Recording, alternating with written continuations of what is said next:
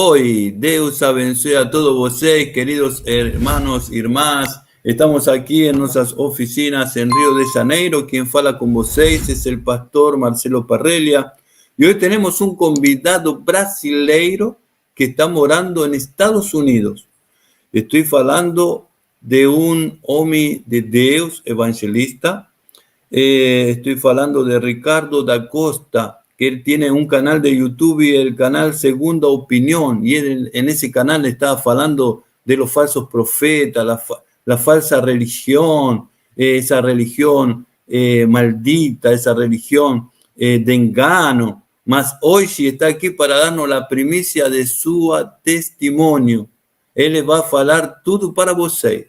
Seja bienvenido, nuestro evangelista Ricardo Costa, como está você? Muito bom dia, graça e paz a todos, graça e paz, meu querido pastor Marcelo Parrella, e todos os inscritos do teu canal, ou inscritos que vai chegar ainda no seu canal, hoje, amanhã, que vai chegar, vai assistir esse vídeo.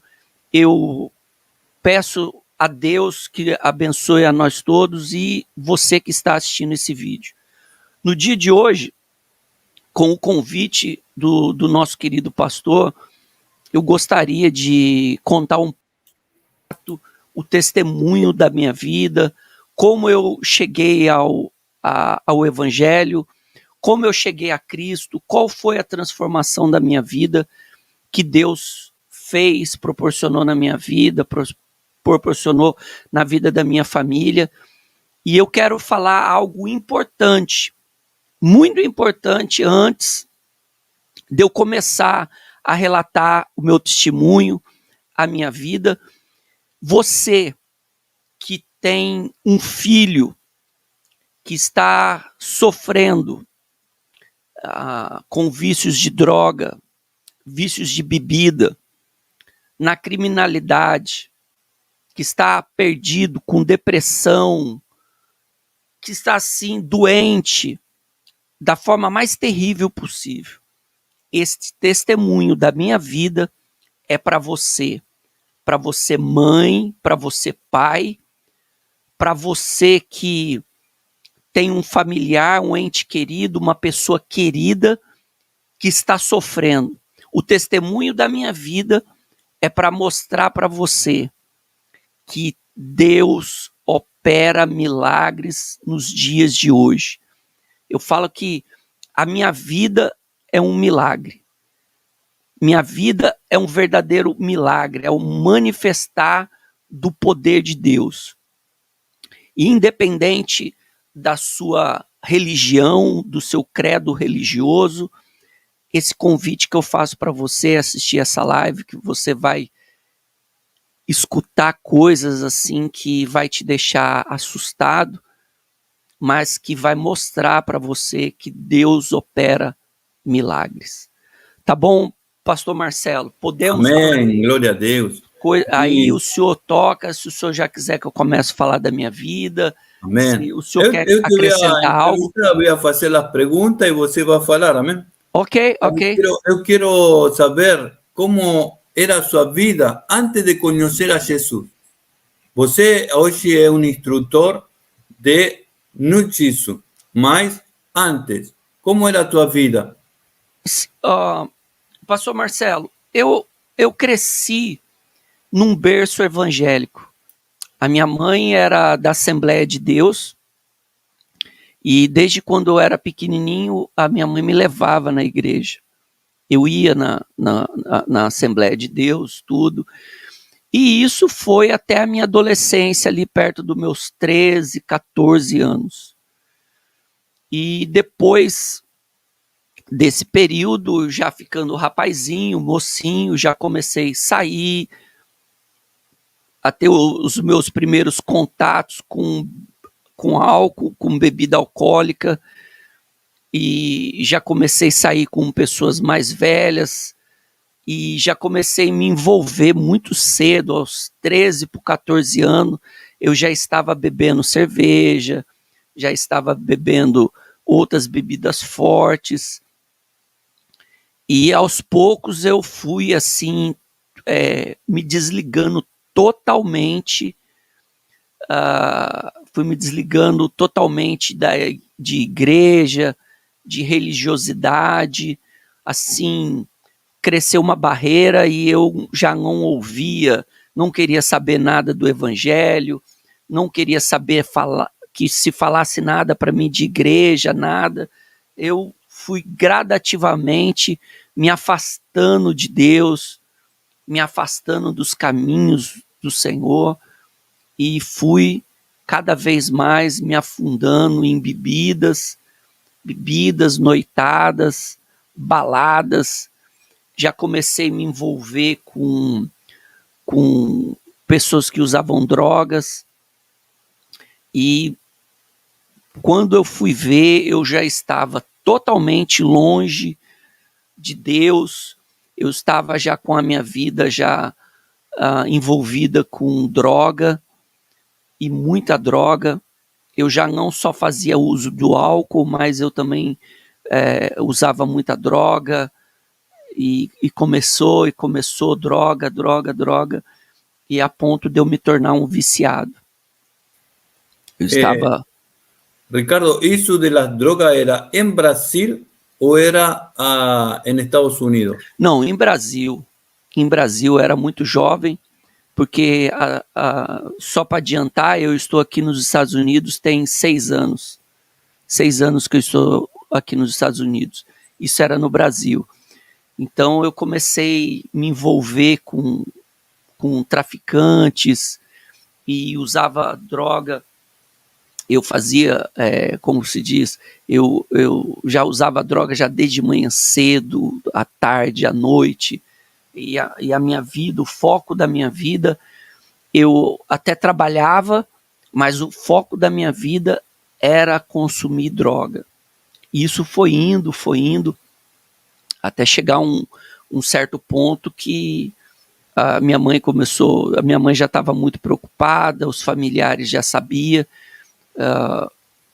do tipo de droga que eu usava cocaína, eu cheirava muita cocaína, cheirava demais, e não demorou muito, eu já estava andando armado, já comecei a fazer parte de gangues, já andava armado, já tinha que um tá protegendo o outro, já estava fugindo da polícia. Então, assim, a minha vida, em muito pouco tempo, já estava totalmente destruída, né?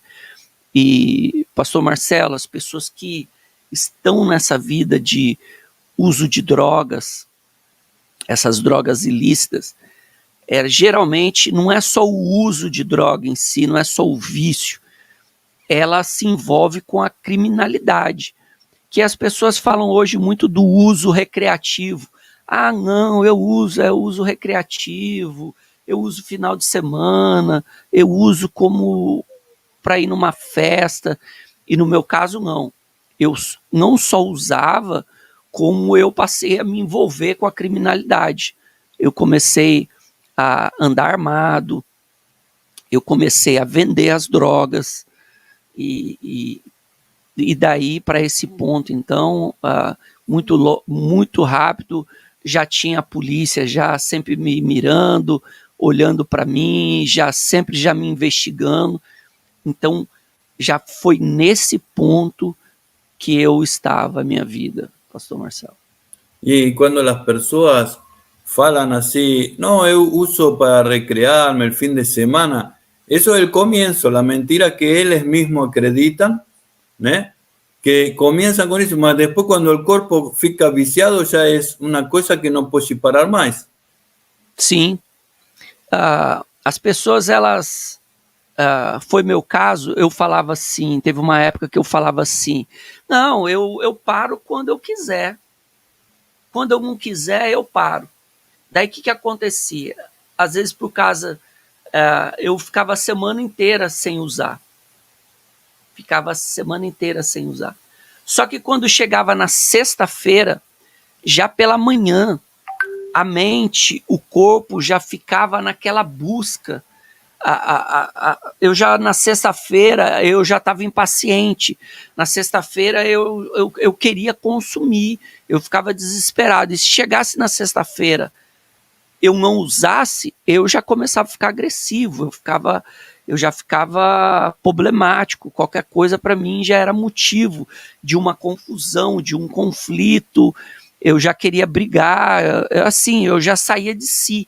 Então, como pode ser algo só recreativo, que eu tive essa experiência de também ficar usando só final de semana, só em festas, eu passei por essa fase também.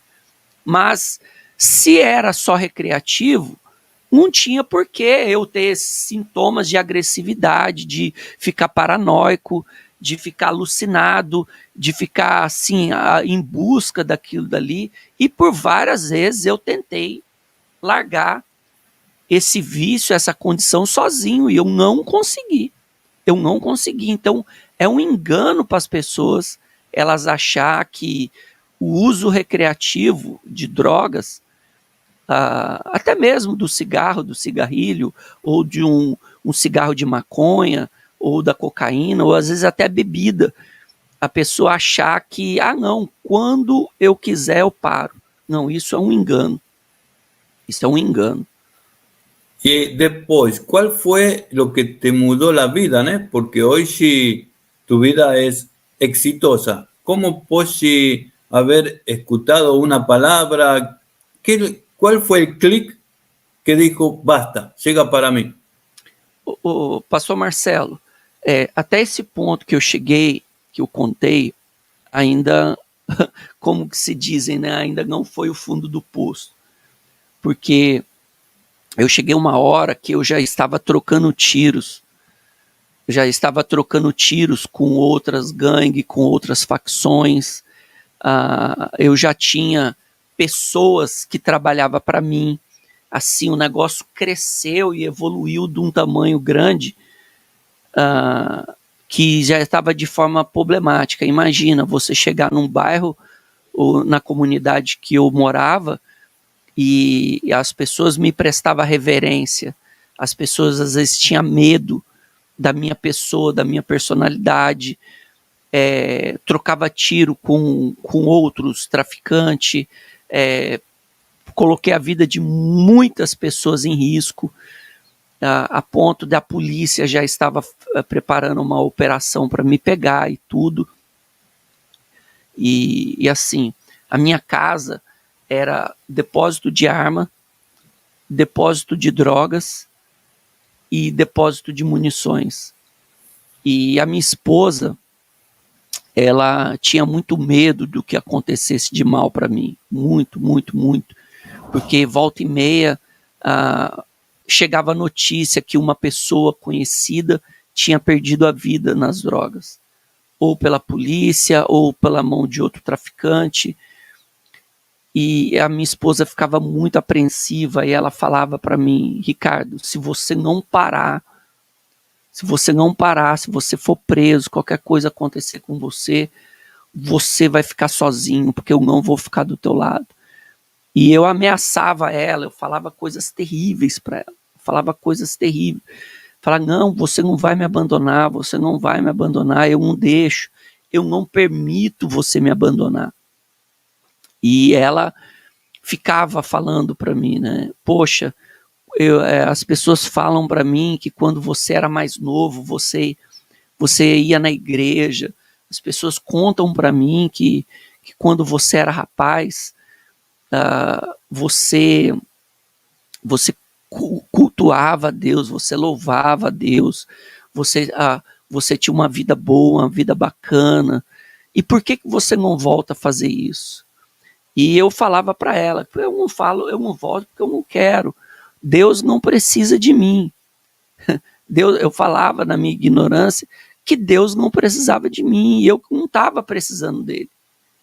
Então eu seguia dessa forma, dessa condição, só que chegou um ponto que as coisas estavam tão difíceis porque a pessoa ela se ilude porque ela é um traficante, porque ela ganha dinheiro vendendo uma droga, ela vende dinheiro, ganha dinheiro fazendo coisas ilícitas, as pessoas elas têm aquela falsa impressão que ela está bem, que ela é feliz, que ela tem tudo o que ela quer na vida, e na verdade não era isso, porque às vezes eu ganhava dinheiro, mas a vida de uma pessoa envolvida em droga, envolvida em coisas erradas, é uma vida tão complicada, porque quando ela precisa do dinheiro, muitas das vezes para ela ir no mercado comprar o que comer para a família, o sustento da família, às vezes ela não tem o dinheiro, porque da mesma forma que esse dinheiro entra fácil na mão dela, esse dinheiro também vai fácil.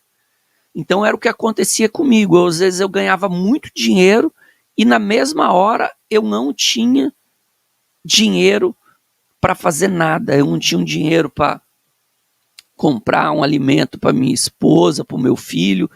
Muitas das vezes tinha que sair armado para fazer um assalto, um roubo, ou para cobrar alguma pessoa que estava me devendo, para trazer o dinheiro e para então o sustento para a minha casa. E então isso daí é um dinheiro maldito. Qualquer pessoa hoje que sustenta a família, que sustenta os filhos com dinheiro proveniente da droga, dos assaltos, do crime, ela quando ela traz esse dinheiro para dentro de casa, ela está trazendo uma maldição. O que a pessoa de um trabalho normal, que ela recebe o salário dela e vai no mercado, faça as suas compras, compra o alimento para a família, isso é bênção. Agora, quando a pessoa ganha o dinheiro de forma ilícita, assim como eu ganhava o dinheiro de forma ilícita, eu levava a maldição para dentro de casa. Porque a minha esposa, com isso, ela tinha pesadelos, ela tinha sonhos que eu estava sendo assassinado, ela tinha... a gente não dormia em paz, eu tinha que estar dormindo armado, porque qualquer hora um inimigo poderia entrar na minha casa armado e tentar alguma coisa contra a minha vida, contra a vida da minha esposa, contra a vida dos meus filhos. E eu estava nessa condição. Tinha pessoas querendo a minha vida, tinha pessoas que eu estava contra a vida dessas pessoas, eu estava planejando contra a vida dessas pessoas, tinha polícia atrás de mim, e assim, totalmente desacreditado, né? Porque as pessoas no bairro onde eu morava me via como um criminoso. Muitas pessoas, quando me via, abaixavam a cabeça. Muitas pessoas, elas tinham medo de mim. E de um rapaz que era totalmente normal, uma vida normal, estudava, trabalhava, tinha se tornado um traficante, tinha se tornado uma pessoa perigosa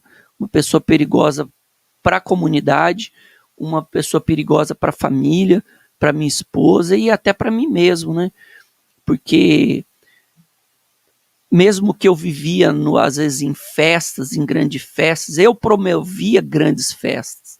Imagina eu como um dos traficantes do bairro, eu promovia muitas festas regadas a bebida, festas regadas a muita droga, e muita música, funk, e tudo.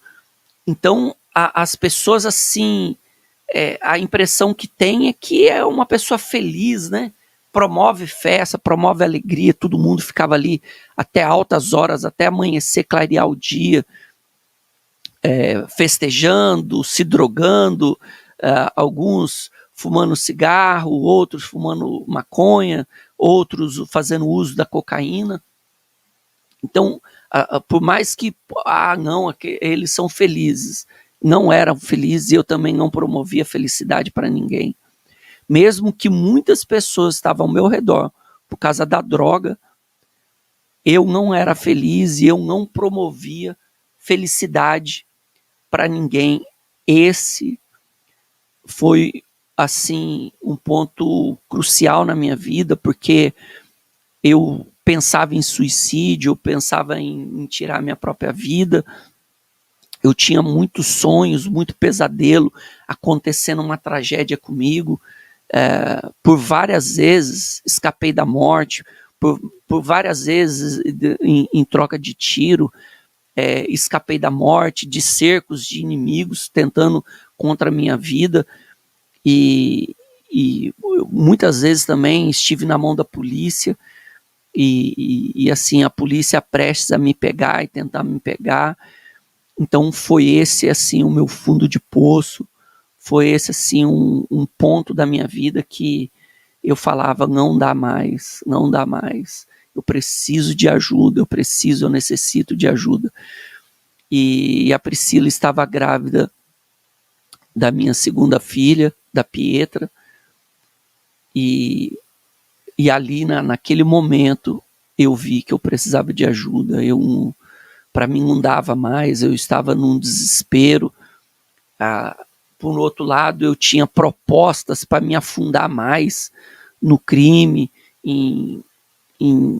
numa organização que hoje domina quase que os presídios em toda a América Latina, né? Tem aí essa facção que está aí, que é uma desgraça na vida das pessoas. Eu já estava ali me envolvido com essa facção, e eu estava num ponto que, assim, que já estava naquele limite de um caminho sem volta. E eu procurei ajuda. Eu lembro que a minha esposa me chamou para mim na igreja, e que eu precisava de ajuda, eu precisava buscar Deus, e eu recebi o convite para ir para uma denominação, e eu fui para essa denominação. Fui de coração aberto, fui de coração sincero, comecei a ter um desejo, nasceu um desejo dentro do meu coração de ler a Bíblia, de conhecer as coisas em relação ao reino de Deus, a servir a Deus. E aos poucos eu fui me distanciando, porque eu estava doente, eu estava muito doente, eu estava com um problema de saúde, e eu estava indo para São Paulo, para a capital, a fazer um tratamento médico. E eu pedi para Deus dentro do ônibus, eu peguei um ônibus de viagem para ir para lá, e eu fiz uma oração sincera para Deus me dar a oportunidade de viver o que eu vivia no passado. Eu pedi, eu clamei, eu chorei dentro do ônibus. As pessoas, elas olhavam para mim e via eu chorando dentro do ônibus. Imagina um ônibus de viagem. Esse ônibus, quando chegou na capital, em São Paulo, no terminal Tietê, terminal rodoviário Tietê, é um terminal rodoviário muito grande, muito conhecido, e eu no ônibus, as pessoas descendo do ônibus, e eu estava chorando. Só que as pessoas não entendiam o porquê que eu estava chorando. Porque no meio da viagem, quando eu fiz a oração a Deus, sincera, eu falei para Deus, meu Deus, me ajuda a sair dessa condição que eu estou. Me ajuda a mudar de vida, a ter uma mudança na minha mente, uma mudança no meu corpo, uma mudança no meu ser, no meu interior. Eu fui atendido de imediato. Eu não estava dentro da igreja, eu não estava dentro de um templo. Quando eu clamei a Deus, eu estava dentro de um ônibus de viagem. E eu fui tocado por Deus dentro de um ônibus de viagem. As pessoas, elas olhavam para mim, e algumas pessoas chegou até a perguntar se eu estava bem. E na mesma hora que eu chorava, na mesma hora que as pessoas vinham chorando e as pessoas me perguntavam se eu estava bem ou não, eu falava que eu estava bem, eu sorria, porque eu tinha sido tocado por Deus. Algo que muito bom, muito glorioso é sentir a presença de Deus. Imagina uma pessoa que estava com vício em bebida, vício em droga, uma vida totalmente envolvida com promiscuidade, com prostituição, com outras mulheres, com bebidas, com noitadas, com festa, que só sabia sorrir se estava embriagado, ou só sabia sorrir se eu estava drogado, e de repente senti um toque, se senti envolvido, se senti abraçado por algo que eu não conhecia, de verdade, eu não conhecia. E dentro daquele ônibus, dentro do terminal rodoviário Tietê, eu estava numa condição de euforia, eu estava eufórico, e eu desci daquele ônibus já diferente. Então, naquele momento, eu passei a ter a certeza de que Deus tinha ouvido a minha oração. E eu cheguei no hospital, quando eu cheguei no hospital, o médico olhou para mim, olhou bem para mim assim, falou: como que você está? Eu falei: eu estou bem. Ele falou assim: mas você está bem como? Eu falei: eu estou me sentindo diferente, doutor. Provavelmente o senhor não vai me ver mais aqui. E o doutor falou: como que você sabe disso? Eu peguei e falei: sim, Deus está falando no meu coração que o senhor não vai precisar mais vir me ver. E eu ia nesse hospital fazer esse tratamento todas as semanas. E eu falei pro doutor, doutor, provavelmente o senhor não vai me ver mais. E o doutor ficou: o que você tomou? Você usou alguma coisa? Tomou? Eu falei: doutor, pela primeira vez na minha vida eu estou sentindo a presença de Deus. O doutor ficou assim, admirado, olhando para mim. Eu peguei e falei: sim, eu não volto mais para esse hospital. Se eu precisar voltar para esse hospital, vai ser para contar meu testemunho. E de fato aconteceu isso. Quando meses depois eu voltei no hospital para refazer os exames, e eu não tinha mais nada, e o médico falou para mim: aquele dia quando você me comentou, você tinha certeza, você falou uma coisa com uma convicção, com uma certeza tão grande, que realmente você está mudado. Voltando ao dia, esse dia do médico, que eu estava na capital, eu voltei para minha casa eufórico. E eu cheguei em casa e eu falei para minha esposa: filha, a nossa vida mudou. E a minha vida, assim, mudou como? O que você está aprontando agora? A minha esposa já achando assim que eu ia cometer um outro assalto. A minha esposa falou assim: qual banco que você vai roubar agora? Eu peguei e falei assim: não, filha, não tem mais banco, não tem mais assaltos, não tem mais tráfico de droga. Ela falou: como assim? O que você fez agora? Eu peguei: filha, Deus mudou a minha vida. A minha esposa, sem entender nada, minha esposa não sabia nada do que estava se passando. Eu peguei e falei para ela: filha, Deus mudou a minha vida. Ela falou: como assim? O que você bebeu? Eu peguei e falei assim: eu não bebi nada, filha. Deus me visitou dentro do ônibus. A minha esposa parou o que estava fazendo, ficou olhando para mim assim. A minha esposa olhou: Ricardo, você está diferente. O que você foi? Você foi em algum lugar? Você foi na igreja? Eu falei assim: não, eu não fui na igreja. Eu não fui em lugar nenhum. Eu fiz uma oração sincera dentro do ônibus e eu fui visitado. Agora te faço uma pergunta. Você orou no ônibus, né? Sim. E aí você perdeu, chorou, se arrependeu de los pecados, né? Sim. Mas você, a adicção já estava dentro de você. Você é um adicto. Sim, era um adicto. Depois foi ao médico, tudo. E aí você já não sentiu mais desejo de nada, já tu corpo ficou limpo. Impressionante que eu tinha droga na minha casa.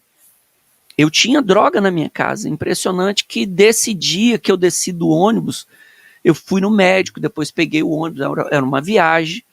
voltei para minha casa. Quando eu cheguei na minha casa à noite, tudo, eu não tive mais desejo. A minha esposa ficou assim, ela, sem entender, ela falou assim, vamos ver os próximos dias.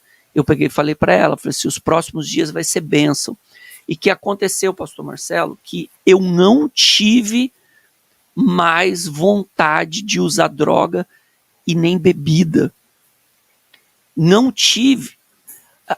Por isso que o que me impressionou é que às vezes as pessoas, eu vou chegar no ponto de estar indo numa igreja, de estar indo numa instituição, eu vou chegar nesse ponto, mas assim, o que aconteceu naquele dia foi algo tão forte, tão impressionante, que daquele dia em diante eu não tive mais desejo de usar droga. Eu não tive mais, não teve mais. Eu ainda fiquei com aquela droga na minha casa uns 15 dias. E eu falo para você, não era pouca droga. Era muita droga que eu tinha na minha casa. O senhor deve saber, um adicto, uma pessoa que é adicta, é viciada, que se ela souber que tem uma droga perto dela, ela vai querer usar. Se a vontade vir, ela vai usar. E como eu usava de manhã, de tarde, de à noite, de madrugada, às vezes o café da manhã, eu tomava um gole de café da manhã, 15, 20 minutos depois eu já estava usando droga. E foi impressionante que nesses dias que passaram, em torno de uns 15 dias, a minha esposa falou assim, Ricardo, você não usou mais droga mesmo? Eu falei, não. Nem escondido? Eu falei, não, eu não sinto mais necessidade.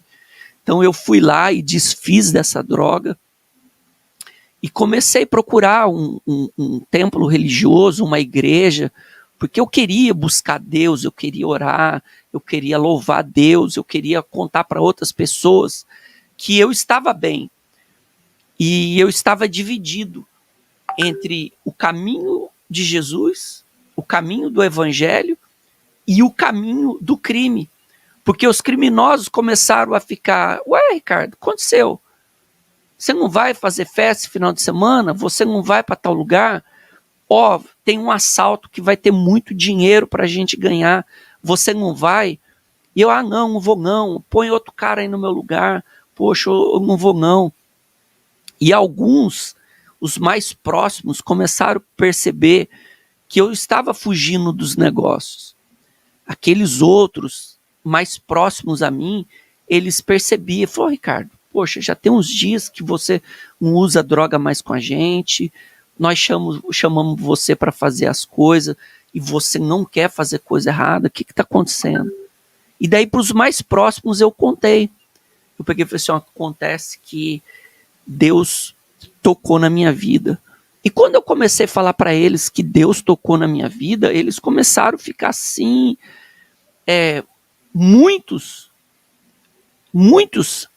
falaram amém, poxa Ricardo, graças a Deus e tudo, só que teve alguns que começou a achar assim, não, o Ricardo está querendo se esconder na igreja, o Ricardo deve ter feito alguma coisa muito errado e tá, então eu falou assim, alguns chegaram em mim e falou assim, Ricardo, é o seguinte, você não deve nada para ninguém, você é livre para fazer o que você quer.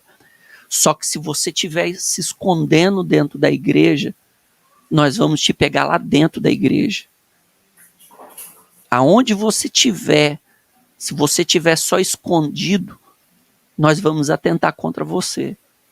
Agora, se nós percebemos que realmente você está buscando a viver em novidade de vida, uma liberdade, se você está querendo ir para a igreja de verdade, nós não vamos fazer nada contra você. E eu escutei isso tanto de pessoas que se diziam minha amiga, e eu escutei isso até do meu inimigo.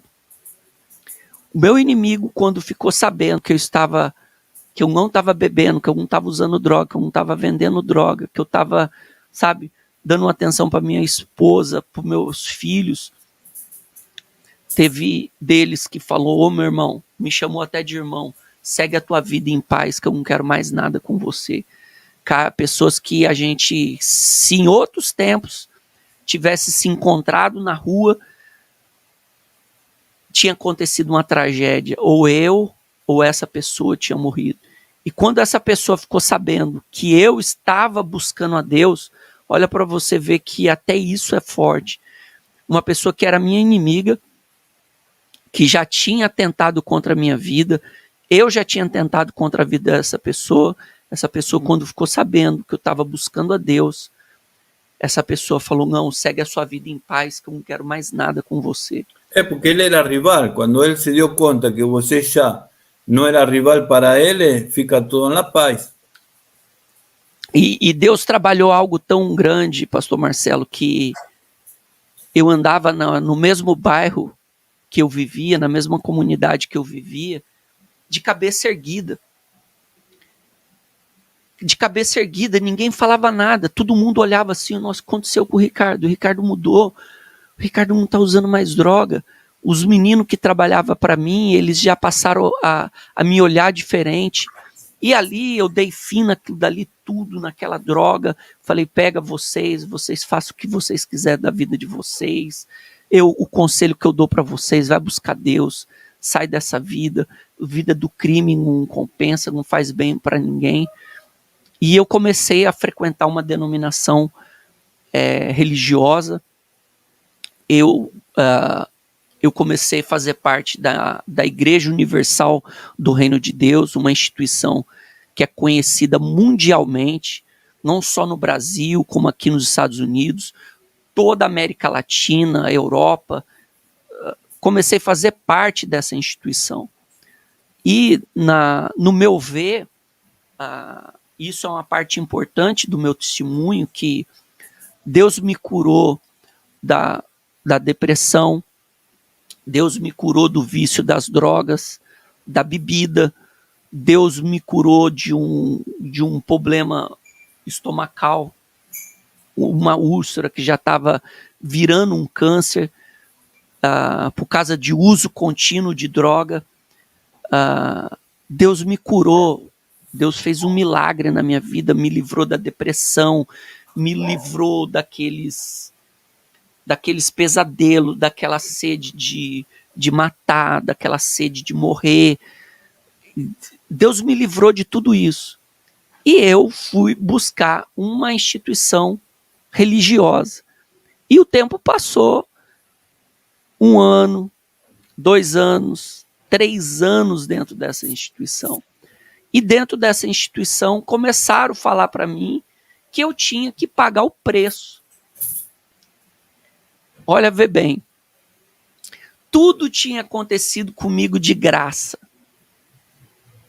O despertar da minha fé, o despertar da minha mente, a mudança da minha mente, a mudança do meu pensamento, foi de graça. Foi através de uma oração sincera dentro de um ônibus, sem um pastor, sem um bispo, sem um apóstolo, sem um evangelista, sem nada. Foi eu e Deus, pastor Marcelo. Foi eu e Deus. De repente, eu me vejo dentro de uma instituição dita chamada evangélica, e pastores colocando na minha cabeça que eu tinha que pagar um preço. Olha para você ver o que a religião faz, o que a religiosidade faz. O Ricardo, que gastava o dinheiro dele com drogas, com bebida, com prostituição, com coisas ilícitas, o Ricardo começou a usar o dinheiro dele para fazer uma barganha com Deus. Eu estava fazendo barganha com Deus. Eu fui para uma instituição e dentro dessa instituição começaram a falar para mim que eu tinha que fazer um sacrifício, que eu tinha que pagar o preço, que eu tinha que fazer uma campanha, que eu era obrigado a dar o dízimo. E eu comecei a achar que aquilo dali era normal. E eu estava dentro dessa instituição, começou a passar 1 ano, 2 anos, 3 anos, 4 anos, e foi indo, anos foram se passando. Lógico, eu já trabalhava, eu tenho uma profissão, eu sou um marceneiro, eu montei a minha empresa, montei a minha empresa no Brasil,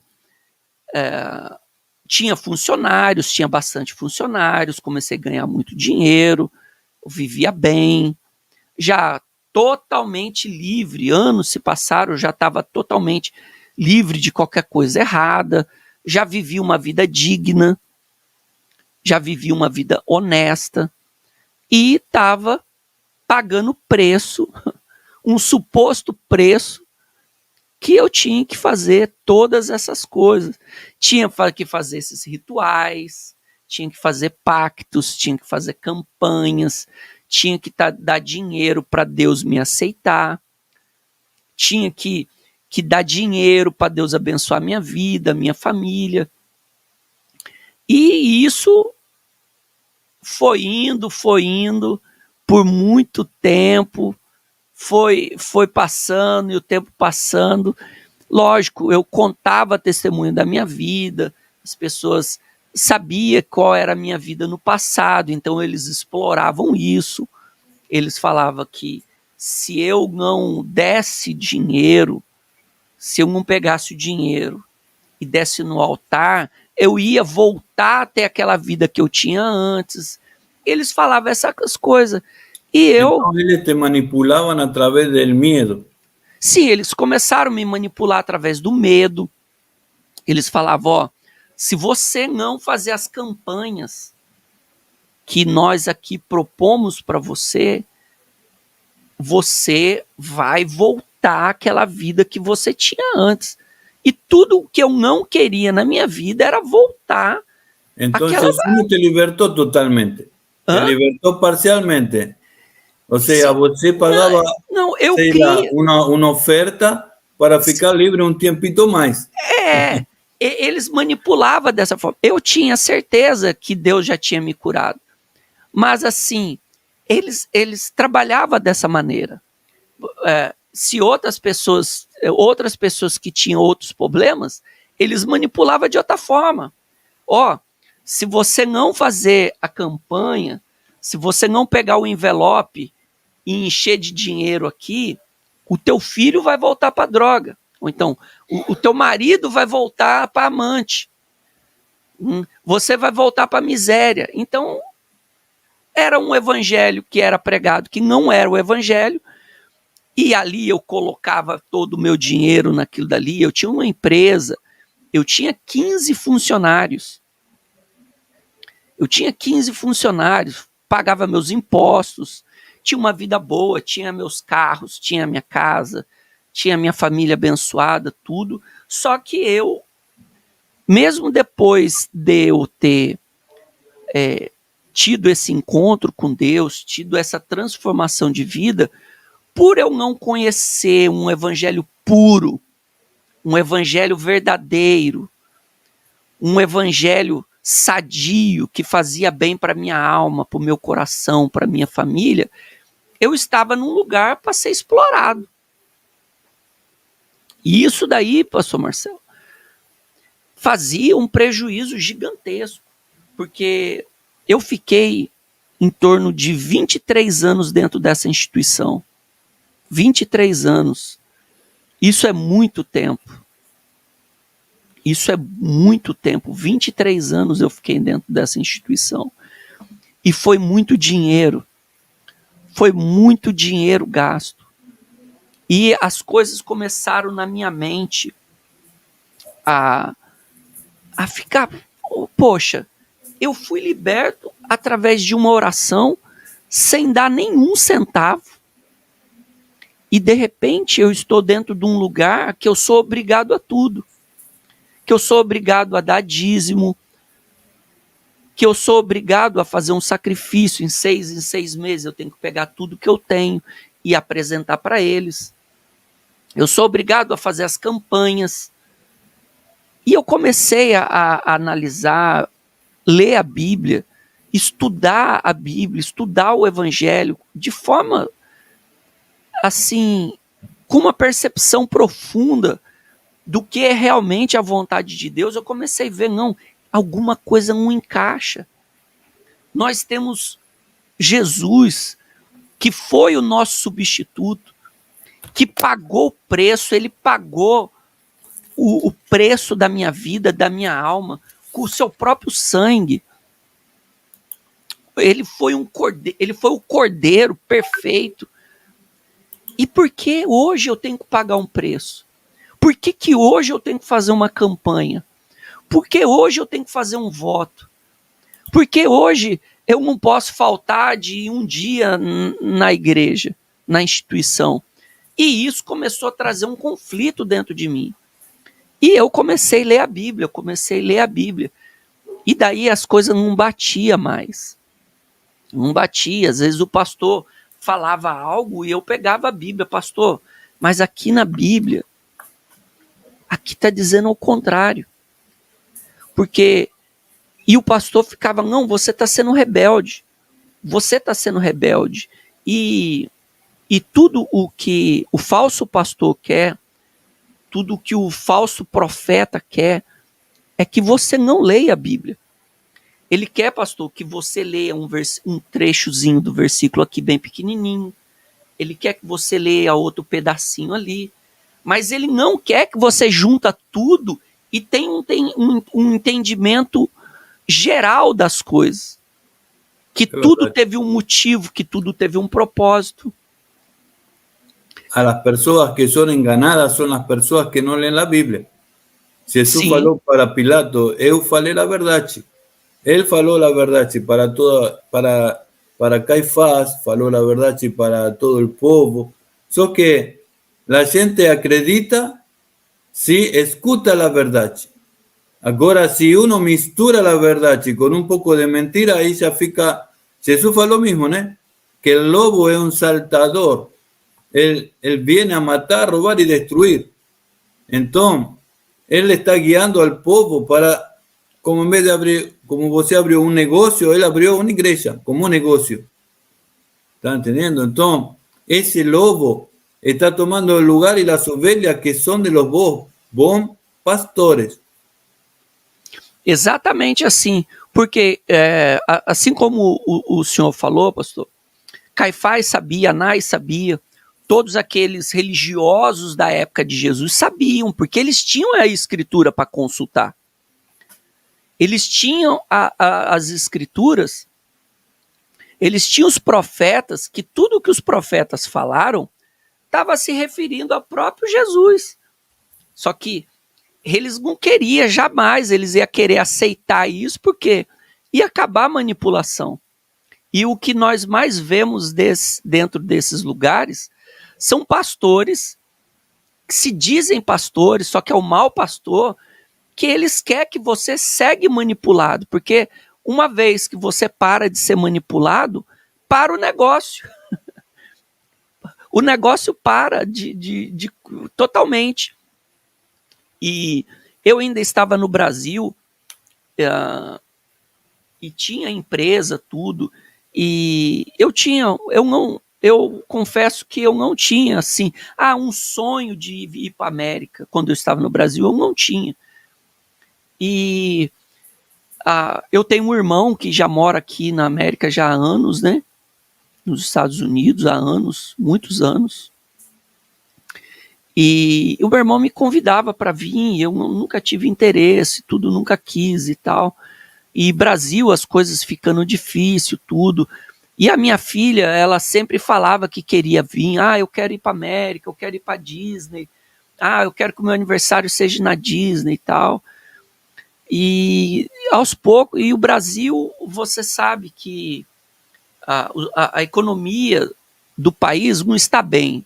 Né? Há anos que nós vemos que uma época está boa, outra hora está mal, um ano você ganha dinheiro, principalmente para quem tem empresas, para quem tem negócio, um ano você ganha muito dinheiro, o outro ano acontece alguma coisa no governo, tem uma mudança, um câmbio, e os negócios já começam a ficar mal.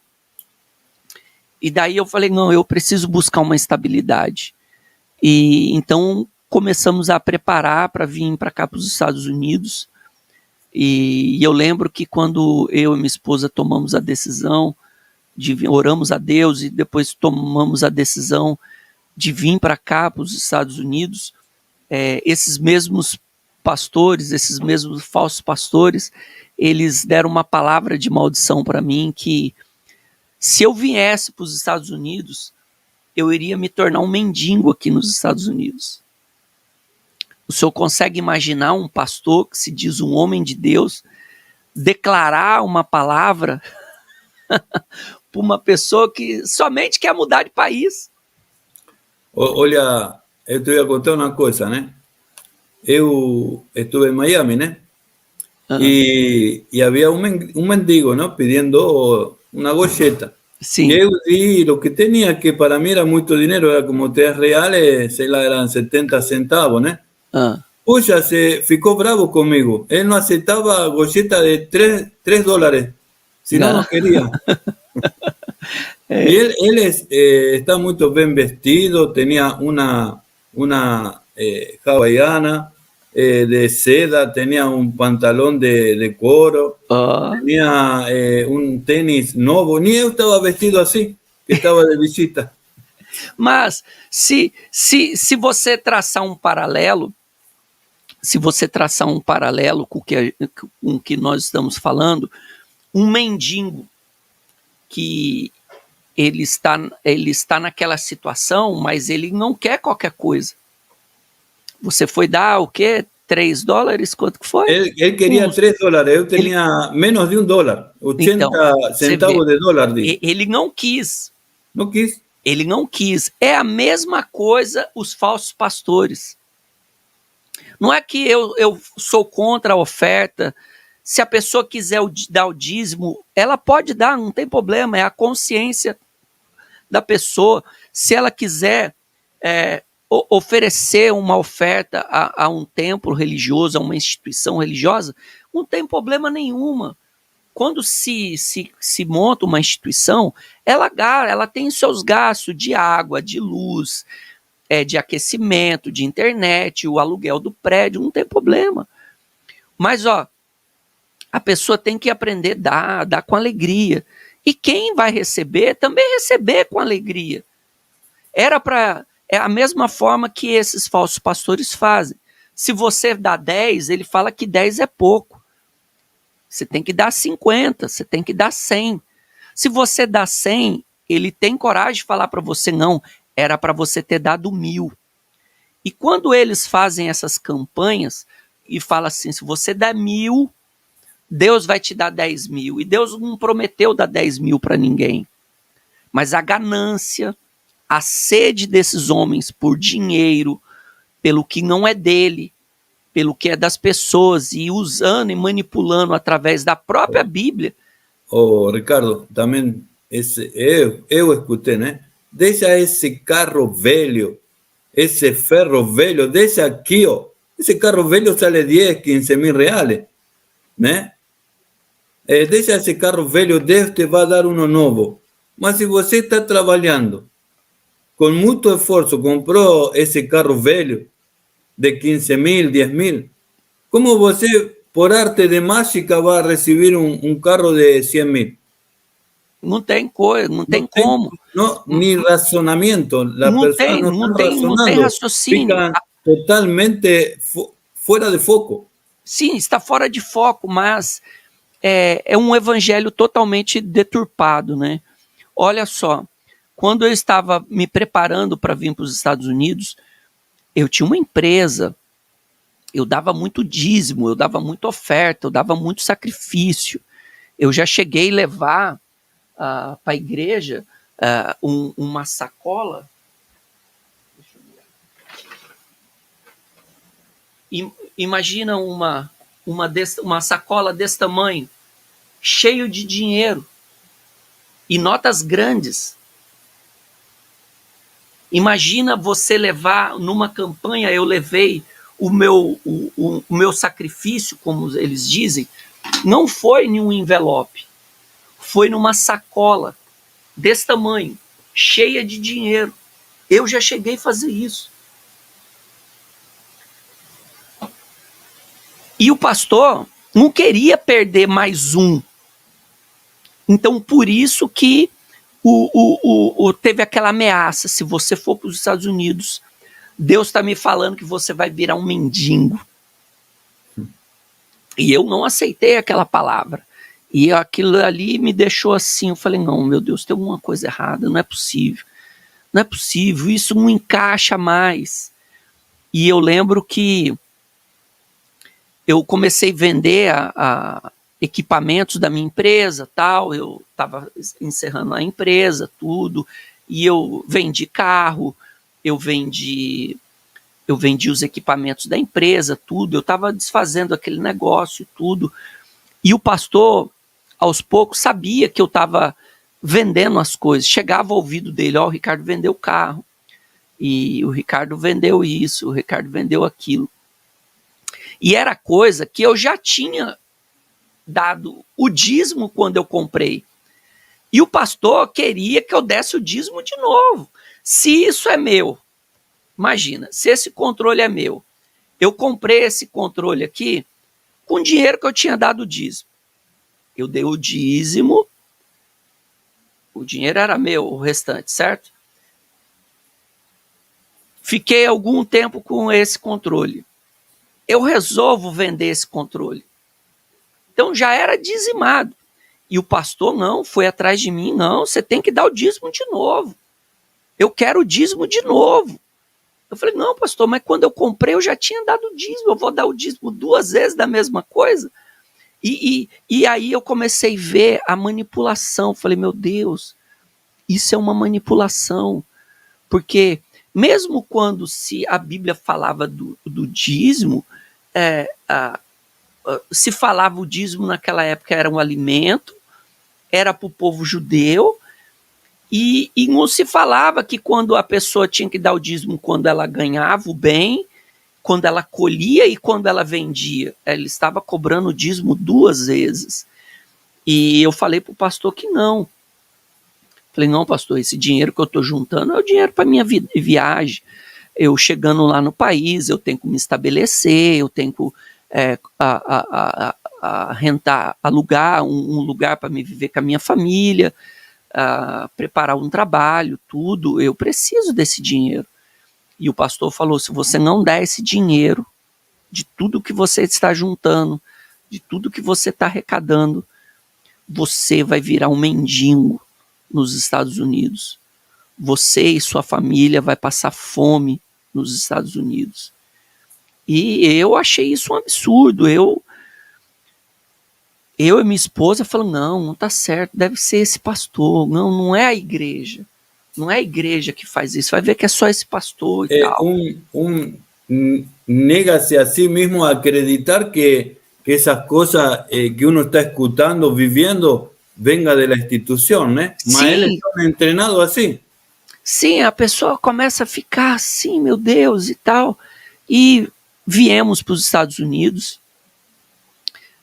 Veio eu, os meus 2 filhos menores, a mais velha ficou no Brasil, viemos para cá e tal, e tivemos as dificuldades que toda vez que você chega em um país novo, você tem a dificuldade em relação ao clima. Chegamos aqui, estava muito frio, no começo para arrumar um trabalho, a dificuldade da língua, toda a dificuldade que tem, é normal. O senhor já mudou de país, o senhor sabe como que é isso no começo. A gente tem uma certa dificuldade, mas tudo foi normal. As coisas veio, começou a se encaixar. E aqui eu comecei a frequentar a mesma instituição aqui nos Estados Unidos. Agora fala um pouquinho de lo difícil que é, né? Pegar el visto, né? Para você, sua esposa, tudo. E aparte como você fez, porque são 3 meses para ir, né? Agora, se você vai a montar um trabalho lá, aí tem que ser muito dinheiro para poder ficar, né? E conta essa parte aí, como foi? Sim, nós aplicamos para o visto, né? Para ter o visa, né? E fez todo o trâmite, toda essa preparação para aplicar, fazer a documentação, de ser aprovado, tudo. Passamos por esse trâmite todo de ir no consulado, de primeiro tirar o passaporte, você vê, né? De de tudo o que aconteceu comigo, né, no passado, me impressionou que a pessoa tirar um passaporte, elas têm que estar com a vida limpa, a ficha criminal dela limpa. Porque senão a pessoa não tira nada. E você vê que Deus fez algo tão grande na minha vida que não tinha nada, minha ficha estava limpa. Eu não tive um resquício, porque você passa na Polícia Federal e tudo, e eles investigam a sua vida, e foi o que aconteceu comigo. Deus fez algo tão grande na minha vida que a minha ficha limpa, não tinha nenhuma ruga, não tinha nenhum nada, minha vida foi apresentado, porque se eu tivesse alguma pendência judicial, uma pendência criminosa, tudo, eu não conseguiria o visto. E Deus mudou a minha vida nesse aspecto também. E consegui tirar o passaporte certinho, tirei o visto, fui aprovado, e daí teve toda a preparação para a viagem, tudo. A gente sabia que ia ficar um tempo fora do país e tudo, e graças a Deus deu tudo certo, chegamos aqui com documentação, tudo e tal. E logo que eu estava aqui, por causa da minha profissão, eu consegui um trabalho legal aqui nos Estados Unidos. Eu trabalho numa empresa totalmente legal, com visto de trabalho, tudo. Então eu vim para cá e graças a Deus eu estou totalmente legal. Minha documentação, tudo, os processos correram normalmente. E aquela palavra que o pastor falou, que eu ia vir para os Estados Unidos e por causa do dinheiro, né? Porque ele ia perder mais uma pessoa que dava dinheiro a ele. Graças a Deus isso não aconteceu. Hoje eu tenho uma vida boa aqui nos Estados Unidos, eu tenho uma vida melhor. Caiu por terra essa profecia maldita. Não, caiu por terra, uma palavra maligna, uma palavra uma palavra diabólica, perversa. Diabólica. Uma palavra perversa, porque se eu me despeço de uma pessoa, eu quero desejar bênção na vida dessa pessoa, eu vou declarar na vida dessa pessoa bênção, jamais maldição. Ainda mais uma maldição por causa de dinheiro. E você ainda continuou frequentando a mesma igreja nos Estados Unidos? Sim, por um período eu ainda fiquei por torno de 2 anos, quase 3 anos, eu ainda segui frequentando essa igreja aqui nos Estados Unidos, e eu fazia trabalhos evangelísticos aqui nos Estados Unidos para essa igreja. Eu viajava para outra cidade aqui nos Estados Unidos para predicar, para pregar, conforme eles queriam, dando envelope, pedindo dinheiro, fazendo campanhas.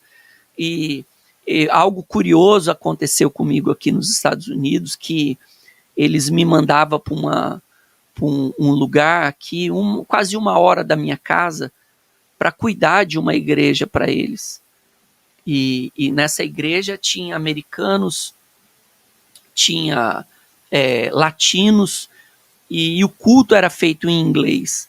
E eu não que eu falo bem inglês e tudo, e nem o espanhol, até o espanhol eu preciso praticar mais, que eu estava falando mais quando eu estava na igreja, e eu ia lá fazer a ministração do culto e tudo, para essas pessoas de outras nacionalidades. E algo que eu nunca imaginei na minha vida. Estar em outro país, falando outra língua, falando do evangelho a outra língua.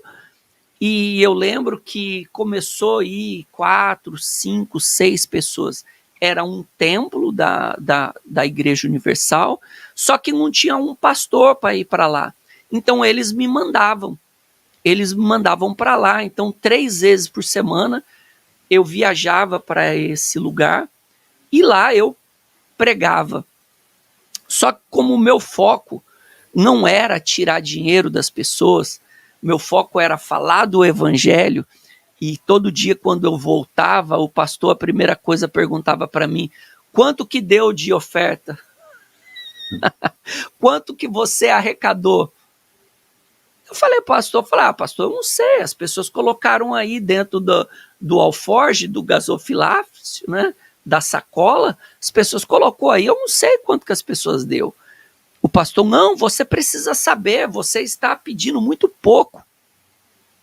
E eu falava para o pastor, pastor, Deus cambiou a minha vida, Deus mudou a minha vida, sem eu pedir, sem eu dar 1 centavo.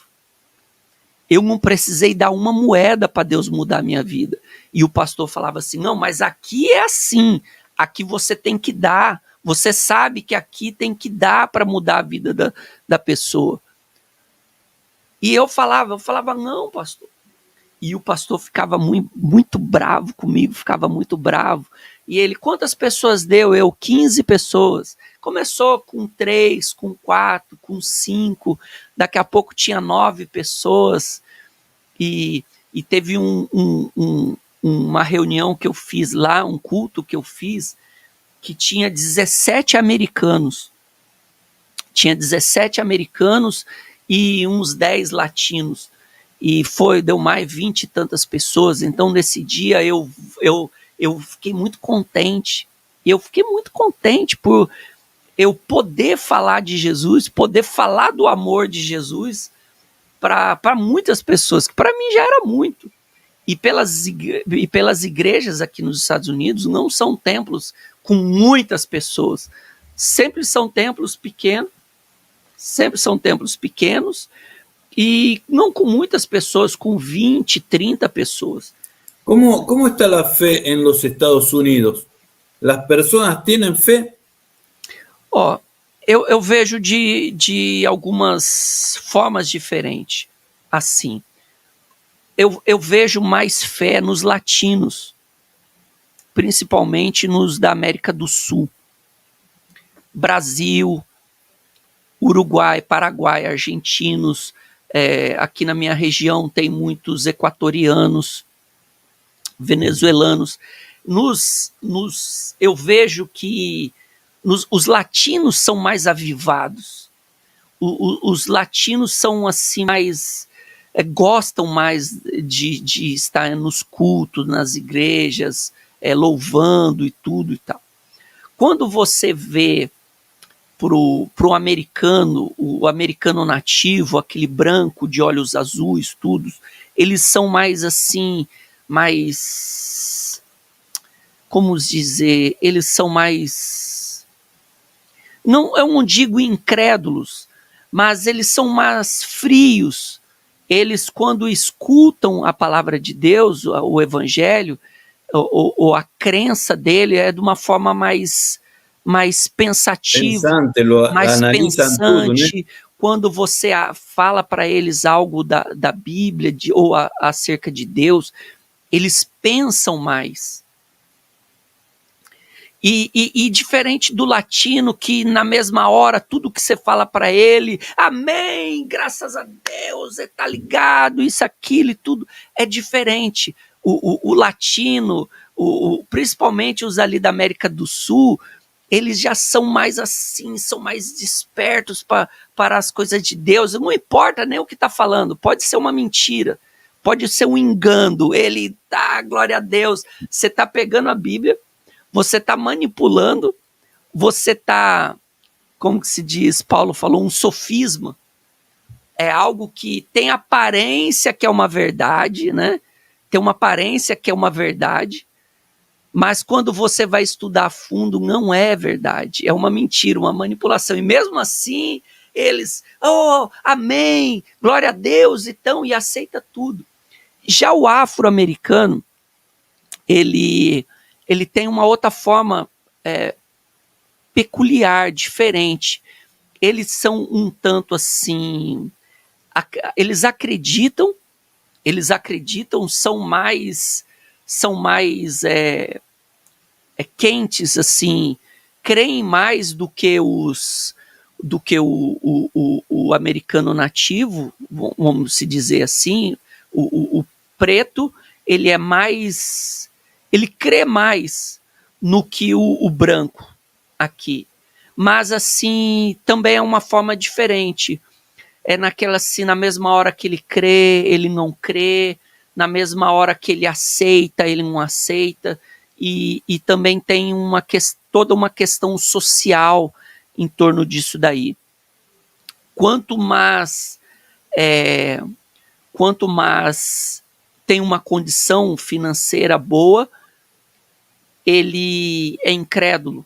E quanto mais de uma condição menor, abaixo, uma condição financeira, ele crê mais. É isso que eu percebi entre os tipos assim que tem aqui nos Estados Unidos. Mas de uma forma geral, o que me preocupa não é se aqui na América o evangelho está fraco ou não. O que me preocupa aqui na América é o que está sendo ensinado. É a forma como que está sendo ensinado. Também para a impressão que eu tenho que os lobos aqui também estão espalhados. Os falsos pastores aqui estão espalhados. Porque é um país de uma economia mais forte. A pessoa trabalha uma semana ela vai lá, ela compra um iPhone. Ela trabalha alguns meses, ela vai lá e compra um carro. A pessoa, ela adquire bens muito rápido. Es que mucho más en conta, ¿no? Los precios de un carro. Sim. Es más fácil juntar $9,000 y comprarse un Camaro que aquí estar toda la vida trabajando y siempre mirar la foto, ¿no? Sim. Imagina, aqui uma pessoa chega aqui, a pessoa vem da América do Sul, vem da América Central, um latino no geral vem para cá. E ela vem com toda a dificuldade do país dela. Chega aqui, ela vê a facilidade do trabalho, dela ganhar o dinheiro dela. E isso daí, para os cães gulosos, para os falsos pastores, para os falsos profetas, isso daí é um prato cheio. Daí ele começa a usar isso, até essa bênção financeira que tem no país, para explorar as pessoas. E assim, eu estava nessa condição. O pastor queria que eu usava da palavra de Deus para arrecadar dinheiro dessas pessoas. E o pastor falava assim, eu chegava lá, eu chegava contente, porque tinha dado 25 pessoas no culto que eu ministrei. Para mim era motivo de muita alegria ter falado do evangelho para pessoas de outra língua, de outra nacionalidade, que eu nunca imaginava na minha vida. Então, para mim, era motivo de muita felicidade. E eu ia lá e falava do amor de Deus. E o pastor responsável por aquele trabalho queria que eu falasse de dinheiro. Queria que eu falasse daquela barganha de que eu tinha que pagar o preço. Não, Jesus pagou o preço, mas você também tem que pagar o preço. Pastores que usam el púlpito para falar de política, né? Y votar a las personas que él acredita que tienen que ser y guiar al pueblo, ¿no? Ahí le dicen, él es, o sea, él le falan del gado. El gado es así, hay que dirigir el gado, ¿no? Sí. No están, usted piensa en la oveja, ¿no? En la oveja de cómo está el corazón, cómo está su vida espiritual, cómo restaurarle. Y ellos no piensan en eso, ellos piensan en como quitar o dinheiro. Sim, duas coisas que hoje nós vemos. Eu acredito que está assim no Brasil hoje e está aqui nos Estados Unidos. Os pastores, eles vêm para a igreja, eles chamam as pessoas para a igreja por duas coisas. Para falar, para incentivar a pessoa a ganhar o dinheiro, porque uma vez a pessoa ganhando dinheiro, o pastor tem como tirar para ele, para essa instituição que ele está fazendo. E outra forma é para falar de política. Por isso que eu falei assim, o problema não é que as pessoas aqui estão desacreditando de Deus, se está se tornando um país incrédulo. O problema maior aqui é os falsos profetas, os falsos pastores, que estão arrebatando as ovelhas para conseguir poder político, para conseguir poder econômico. O que é o poder, que com essas duas coisas eles controlam tudo. Ele controla as pessoas. Eu lembro que o pastor falou assim, o bispo não quer saber quantas pessoas deu no culto que você fez. O pastor não quer saber quantas pessoas aceitaram Jesus. O bispo quer saber quanto você arrecadou. E eu falava para o pastor, não, pastor, é o contrário. Eu preciso apresentar a Deus, quantas almas conheceram o evangelho. E o pastor falava para mim assim, deixa de ser bobo. Você acha que Deus está anotando? Olha o que o pastor falou. Você acha que Deus está anotando quantas pessoas escutaram o que você pregou? Não. Para mim o que importa é que o bispo vai me perguntar quantos dólares o Ricardo arrecadou lá. A cidade é Waterbury, em Connecticut. O pastor me falou assim, o bispo quer saber quantos dólares o Ricardo arrecadou esse mês em Waterbury, em Connecticut. Então isso para mim foi assim um ponto que eu e a minha esposa ficamos assim, não, essas pessoas elas não querem saber do evangelho. Essas pessoas elas não querem saber se a pessoa ela vai ter o que comer amanhã ou não. Essa pessoa, eles não querem saber se essa pessoa se está achegando a Deus ou não através do que eu estou pregando.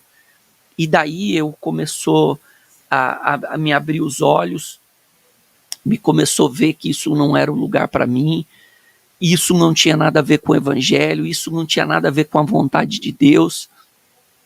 E eu já tinha mudado muito a minha mente, eu já tinha me dedicado, eu estava me dedicando muito à leitura, ao evangelho, ao verdadeiro evangelho, aquele que Paulo pregou. E chegou um ponto para mim que eu vi, não, eu não posso mais continuar enganado e nem sendo usado para enganar pessoas, porque por causa da minha instabilidade financeira aqui, eles queriam pegar o meu suposto testemunho, gravar, para colocar na rádio, para colocar no YouTube, para colocar na igreja. O Ricardo está abençoado porque o Ricardo deu tudo. O Ricardo está abençoado porque o Ricardo deu todo o dinheiro. E nessa instituição, na Igreja Universal, tem uma campanha que eu acredito que o senhor já escutou, pastor, da Fogueira Santa. Sim. O senhor já escutou da Fogueira Santa. Então, a Fogueira Santa é uma campanha que eles dizem que você tem que pegar tudo que você tem, juntar tudo que você tem e entregar a eles. Eu já tinha feito muita Fogueira Santa, por vários anos. Eu achei um HD meu aqui, antigo, que tinha todas as anotações financeiras da minha empresa.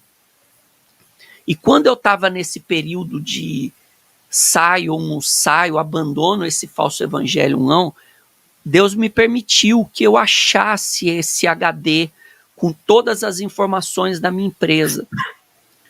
Então, através das planilhas, com as informações financeiras da minha empresa, eu comecei a fazer um cálculo, porque ali estava tudo discriminado, quanto que eu dava de dízimo, quanto que eu dava de oferta, quanto que eu dava de Fogueira Santa. E eu cheguei a um valor aproximado, porque chegou uma hora que eu parei de calcular, eu não aguentei mais. Pastor Marcelo, para essa instituição, durante o período que eu fiquei no Brasil, nessa instituição, eu já tinha dado a eles mais de R$1,5 milhão. R$1,5 milhão é muito dinheiro. Muito dinheiro. É um dinheiro que a maior parte dos brasileiros, a vida toda, não vai conseguir ganhar. Nem uma pequena fração disso. Só no Brasil eu já tinha dado a eles mais de R$1,5 milhão, com a promessa que Deus ia me dar muito mais. Imagina uma pessoa que lá, quando era mais novo, dava o dinheiro para droga, que eu poderia ter dado o dinheiro para minha família, para ter comprado casa, para ter comprado um terreno. Eu não dei. Eu gastei com o que não devia. Depois, dentro de uma instituição que era para estar me orientando, me ajudando, ensinando a dar para os necessitados, para dar para uma pessoa necessitada, carente, não. Eu estava sendo ensinado que eu tinha que pegar tudo que eu tinha e dar a eles. E no período que eu estava... no Brasil, eu já tinha dado mais de R$1,5 milhão. E no período que eu estava aqui nos Estados Unidos, nessa instituição, eu já tinha dado mais de $70 mil. Você multiplica $70 mil, converta isso em reais. A gente já está falando aí de mais de 250 mil, de mais quase 300 mil reais. Então, o período que eu fiquei dentro dessa instituição, eu dei quase R$2 milhões.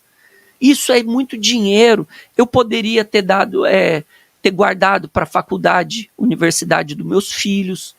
Eu poderia ter comprado já uma casa para os meus filhos. Eu poderia ter investido nos meus negócios, que isso poderia multiplicar mais. Eu poderia ter ajudado financeiramente muita gente. Eu poderia ter dado para os meus pais, para o meu papai, para minha mamãe, uma condição de vida melhor. E não. E quando eu comecei a ver canais de denúncias, igual o canal que eu tenho no YouTube, eu comecei a ver que o bispo, líder da instituição, ele comprou banco. Imagina, o senhor consegue imaginar Jesus ou um dos apóstolos com um banco para se guardar dinheiro, e o homem não tem só um banco, o homem tem 2 bancos. Mas graças a Deus por los bons pastores, não? Como você agora que abriu os olhos, né? Está ensinando o evangelho, não? Agora e eu comecei a ver um detalhe só. Imagina aqui uma pessoa ter um apartamento que custa $17 milhões. Tudo comprado com dinheiro de pessoas que nem eu. De pessoas que vêm aqui para a América com o sonho de dar uma vida melhor para os filhos, de dar uma vida melhor para a família que ficou em seu país, e você trabalhando para manter um sistema desse. E agora você como está pregando o evangelho aí nos Estados Unidos? Pastor, hoje, todo lugar que eu estou, eu falo do evangelho, falo do amor de Cristo.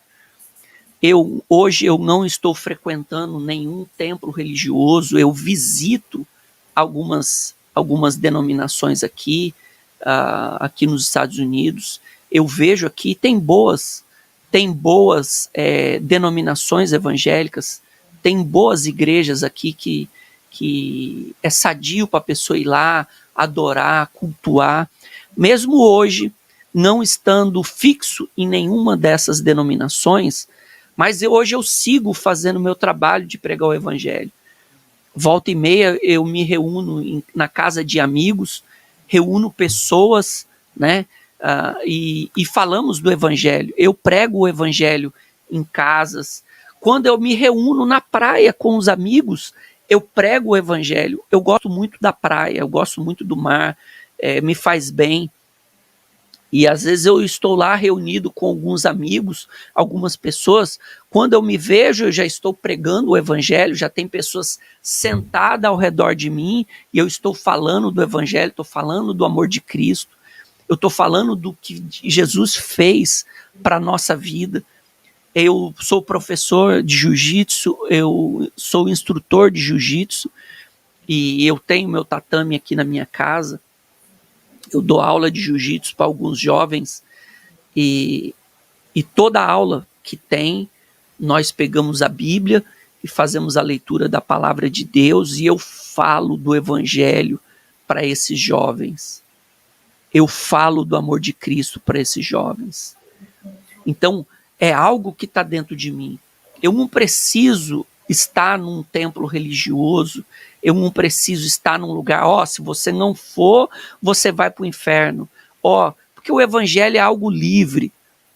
O evangelho é algo que ele pode ultrapassar fronteiras, ele pode ultrapassar barreiras.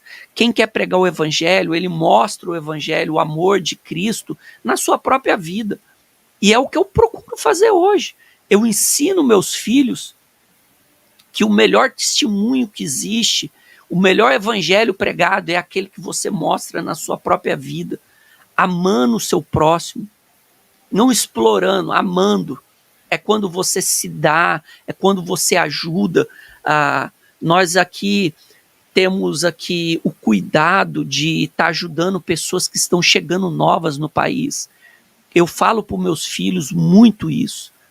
Quando você faz para um necessitado, quando você faz para um aflito, uma pessoa que está perdida, nem que se for uma tradução, às vezes a pessoa chega nova no país e ela não sabe tirar um documento dela, ela não sabe falar a língua do país. Eu falo para meus filhos, quando você vai lá e você ajuda essa pessoa, você está fazendo para Jesus. Quando às vezes a pessoa chega aqui e ela não tem um alimento, ela chega aqui e ela não tem uma roupa, um agasalho, porque aqui no frio é muito frio, é muito, muito, muito frio. Aqui no inverno chega a dar, pastor Marcelo, 25 graus negativos. É muito frio. E às vezes a pessoa chega aqui, ela não sabe, comprar um agasalho certo, ela não tem o dinheiro para comprar o agasalho certo. Então eu e minha esposa, a gente vai lá, às vezes reúne alguns amigos e vai lá, compra um agasalho bom para essa pessoa, ou a gente pega um agasalho que a gente tem aqui, a gente dá, a gente leva essa pessoa para tirar um documento. Às vezes essa pessoa ela precisa ir numa instituição pública que precisa de alguém para fazer uma tradução, fazer o translation, e eu ensino isso para os meus filhos. Eu vou lá, ajudo, e sem cobrar nada. Isso é evangelho verdadeiro. Isso é fazer para o próximo, para o meu próximo. Pastor Marcelo, tudo isso que eu passei na minha vida, toda essa caminhada que eu passei na minha vida, eu aprendi que eu só posso adorar a Deus, eu só posso mostrar que eu amo a Deus no meu próximo. Se eu não puder fazer para o meu próximo, eu não estou fazendo para Deus. O amor de Deus é para ser vivenciado através da vida do meu próximo. Até mesmo quando o próximo pensa diferente de mim. Às vezes o meu próximo pensa diferente de mim, igual a gente falou agora há pouco da política, né? Hoje nós vemos no Brasil e aqui nos Estados Unidos também, está tudo dividido, né? Um é um, o outro é do outro lado, e se vê como inimigos. E eu não vejo dessa forma.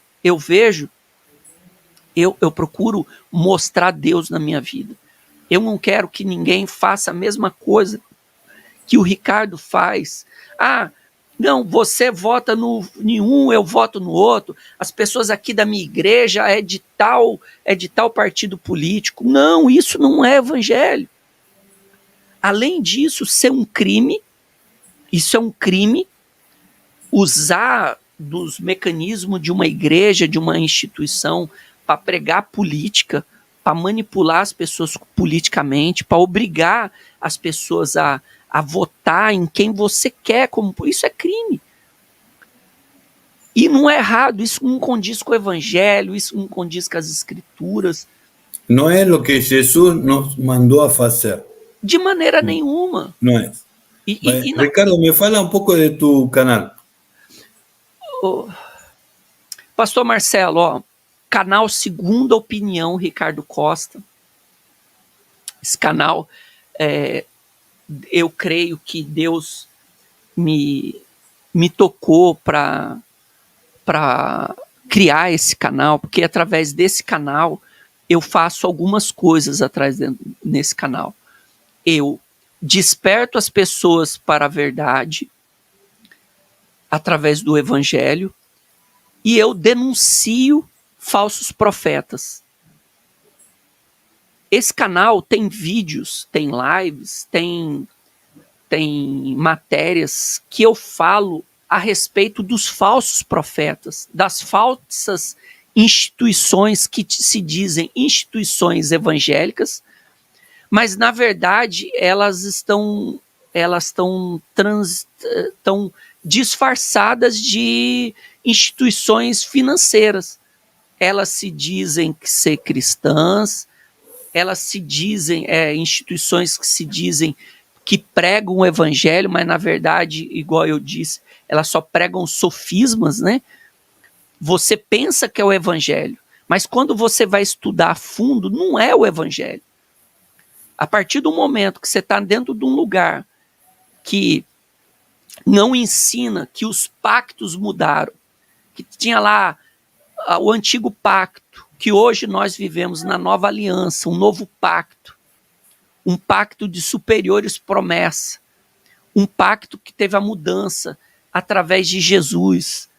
A forma de justiça mudou. Se eu estou num lugar que não ensina isso, não está sendo ensinado o evangelho. O evangelho é ensinado através do momento que eu prego o evangelho, prego o amor de Cristo, prego a nova aliança, prego que mudou o sistema de justiça. E no meu canal, no canal Segunda Opinião Ricardo Costa, eu falo dessa farsa que nós estamos vendo hoje na maior parte das denominações evangélicas. Estão manipulando, estão roubando, estão mentindo, e tudo em nome de Deus. Então, eu convido as pessoas do teu canal, pastor Marcelo, a se inscrever no canal Segunda Opinião Ricardo Costa. Tá aí o canal Segunda Opinião Ricardo Costa, depois eu posso lhe passar o link. E assim, nós temos feito esse trabalho aí, tem denunciado os falsos pastores, denunciado falsos profetas, denunciado falsas denominações evangélicas, que se dizem evangélicas e não são, e temos pregado do amor de Cristo. E também faço ali matérias, às vezes falando da minha vida, o meu dia a dia, sempre eu estou falando um pouco, dentro dessas matérias eu falo um pouco do meu ponto de vista, da minha opinião, mas sempre respeitando também a opinião de outras pessoas.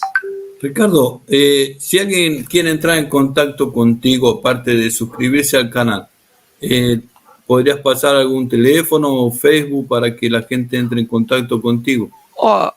Eu era até para mim ter deixado preparado, depois eu posso deixar num comentário, mas a pessoa pode entrar em contato comigo através do meu Facebook, que é Ricardo da Costa.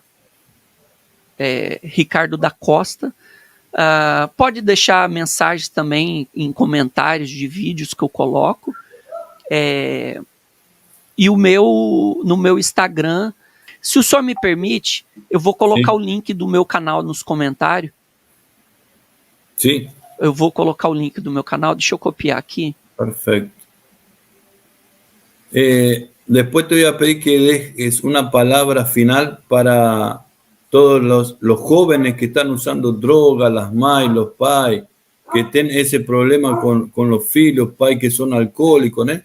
Una palabra evangélica e depois oramos por ele, amém? Sim. Então, o que eu tenho para falar para os jovens que estão hoje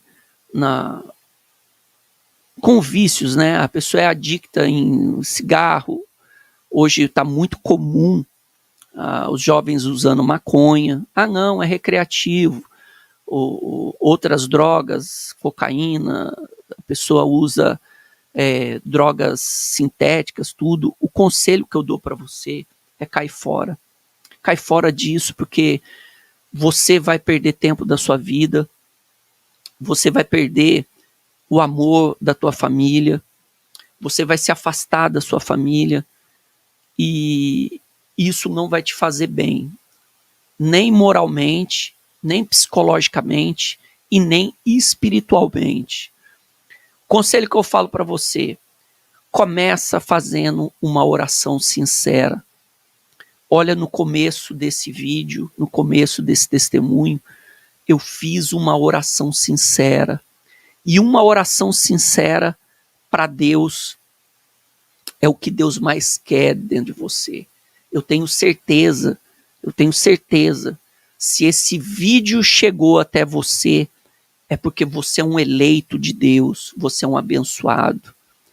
Creia, tenha isso dentro de você.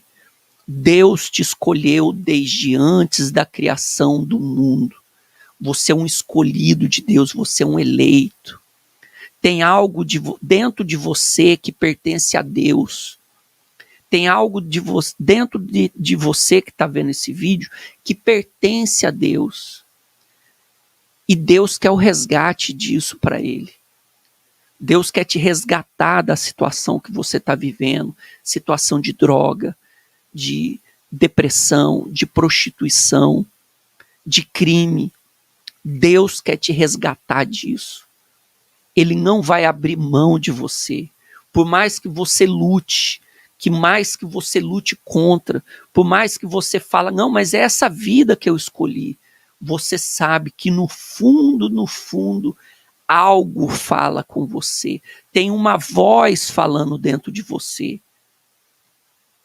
Está te despertando, ele está dizendo que te ama, que quer te dar uma vida melhor, quer transformar a tua vida, transformar a mente.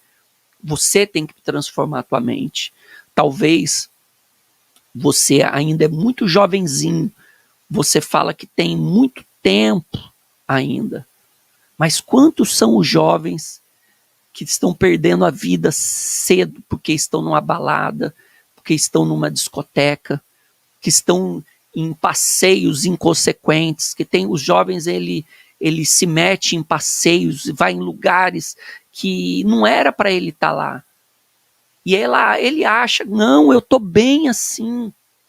Olha para dentro de você, olhe, medite, vai para um lugar, vai dentro do teu quarto mesmo, fecha a porta do teu quarto e faz aquela oração sincera, pede para Deus, meu Deus, por mim mesmo eu não tenho condições de sair da onde eu tô, do vício que eu tô, eu não tenho condições, eu não tenho força para isso, mas o Senhor é Deus, e o Senhor está me ouvindo, creia que Deus está te ouvindo, peça para Deus mudar sua mente, e eu tenho a certeza absoluta que Deus vai mudar a sua mente, e Ele vai mudar através do Evangelho. Vai ter uma metanoia na tua mente, vai ter uma transformação na tua mente, vai mudar o teu entendimento, a partir do momento que você começar a pôr em prática orações sinceras, e você vai ver a mudança, a transformação, você vai ver gradativamente o que Deus pode fazer na sua vida. Então, e isso não depende de você estar num templo religioso ou não. Depois a escolha vai ser sua. Depois você vai procurar um lugar sadio, um lugar que não vai te explorar, que te prega o evangelho de verdade, o evangelho sem barganha, um evangelho sem o toma lá da cá. Deus não quer o teu dinheiro, Deus não quer os teus bens, não quer ter nada. Amanhã, se você estiver num lugar que você se sente seguro, que você quer ofertar e você quer contribuir a um ministério, você olha, esse é um ministério sadio, eu vou ajudar nesse ministério, porque esse ministério prega um evangelho de verdade, esse ministério está preocupado com quem está sofrendo, com quem está aflito, daí sim você ajuda, você contribui, mas tire da tua cabeça, a princípio, que você tem que fazer uma barganha com Deus, que você tem que dar algo para Deus. Não, tudo é do Pai, tudo é de Deus. Você jamais pode apresentar algo para Deus através das tuas mãos, para Ele ou algum religioso. Logo você vai ter a consciência que você pode fazer algo para Deus através do teu próximo. Mas não desista da sua vida, não desista dos teus planos, não desista do que está no teu coração, de estudar, de trabalhar, de ter a tua família, sabe? O jovem, ele está trocando hoje uma vida sadia, uma vida saudável, com o colorido do mundo, o colorido das festas, o colorido da droga, da bebida. Não faça isso, não faça. Pede para Deus, mais uma vez eu vou insistir, a oração sincera. Meu Deus, eu preciso da tua ajuda e eu não quero viver assim. Tá bom? Esse daí tá aí o meu testemunho.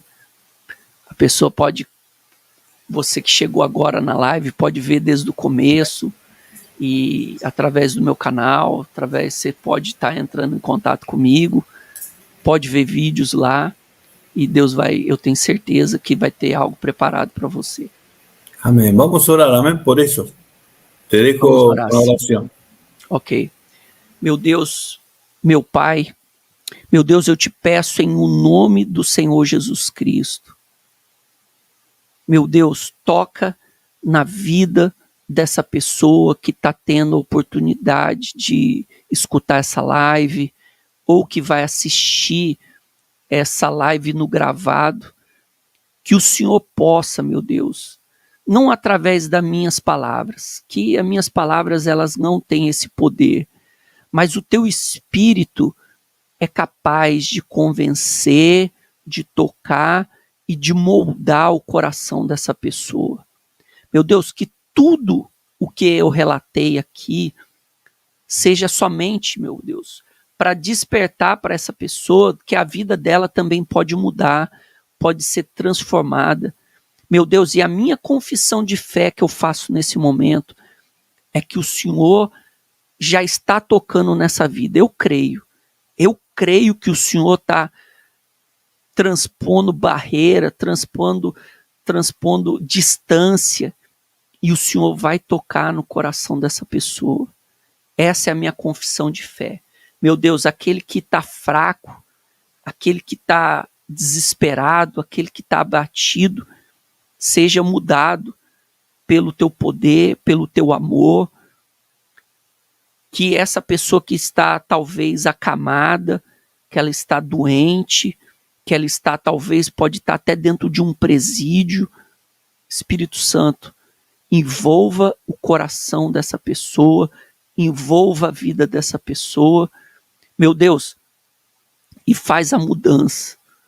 Eu creio que se o Senhor pôde mudar a minha vida, se o Senhor pôde transformar a minha vida, o Senhor também pode transformar a vida desse amigo que está ouvindo essa live, que vai ficar aqui no YouTube para sempre.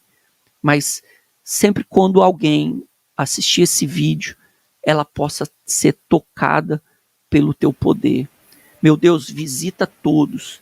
E eu te peço, Senhor, o Senhor preparou já o dia de amanhã. Eu creio nisso, que o dia de amanhã já está preparado. Nos dá o dia de amanhã, meu Deus, abençoado.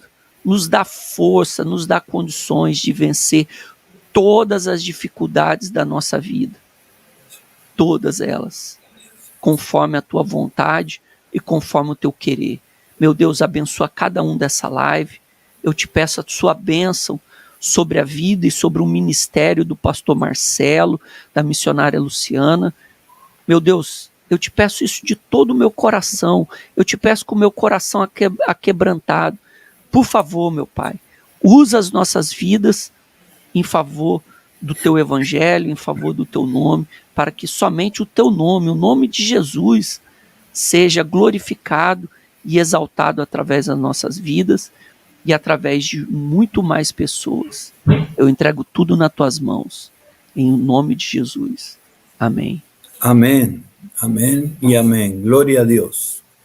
Gracias por tu participación en este programa que se llama Ministerios de Fe.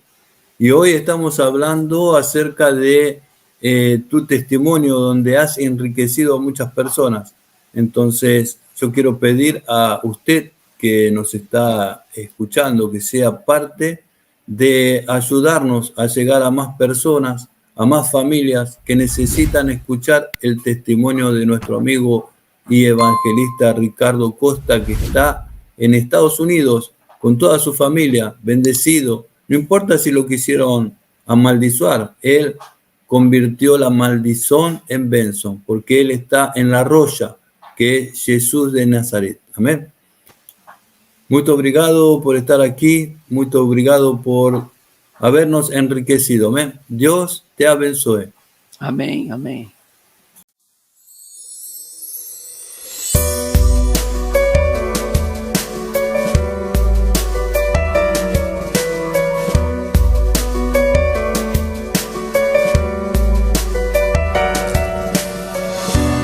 Él es el principio y el final, por la eternidad.